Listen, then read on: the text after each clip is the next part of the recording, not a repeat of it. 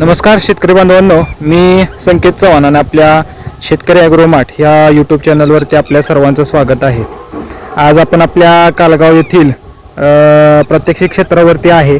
आपलं हे जे क्षेत्र आहे हे साधारणतः 30 गुंठ्याचं आहे, ज्यामध्ये आपण ताक केलेला होता, पाचट कुट्टा केलेला होता आणि त्या संदर्भात आपण व्हिडिओ देखील त्यावेळेस तयार केलेले होते.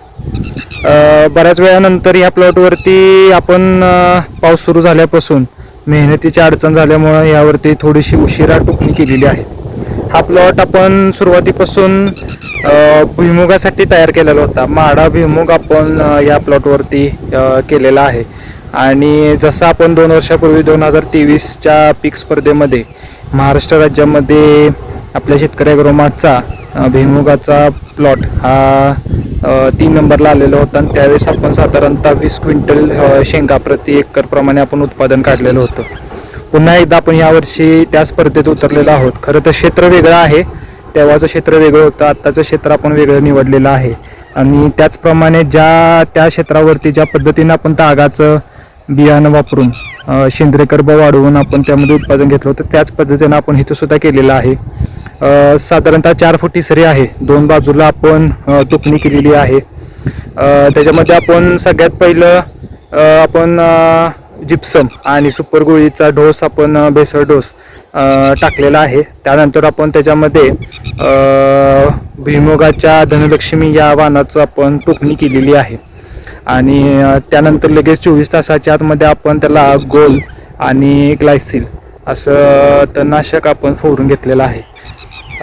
सध्या तुम्ही ही परिस्थिती बघू शकता आपल्या प्लॉटवरती. टोकणी करायच्या आधी आपण VSIचा वसंत ऊर्जा वापरून आपण त्याची बीज प्रक्रिया केलेली आहे. बीज प्रक्रिया करण्याचा मागचा हेतू आहे की आता तुम्हाला आवाज सुद्धा येत आहे, इथं पक्ष्यांचा आवाजाचं प्रमाण जास्त आहे, पक्ष्यांचं प्रमाण जास्त आहे.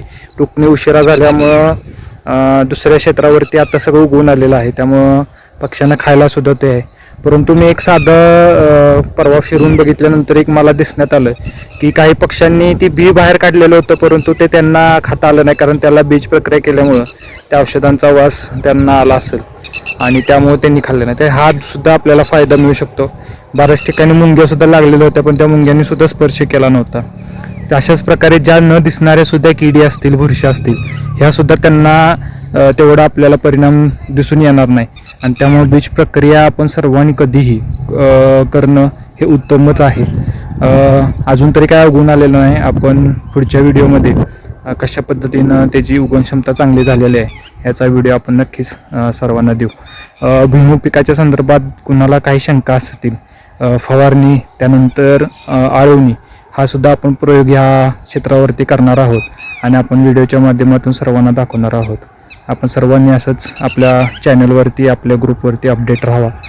काय शंका असल्यास मला नक्की विचारा. धन्यवाद.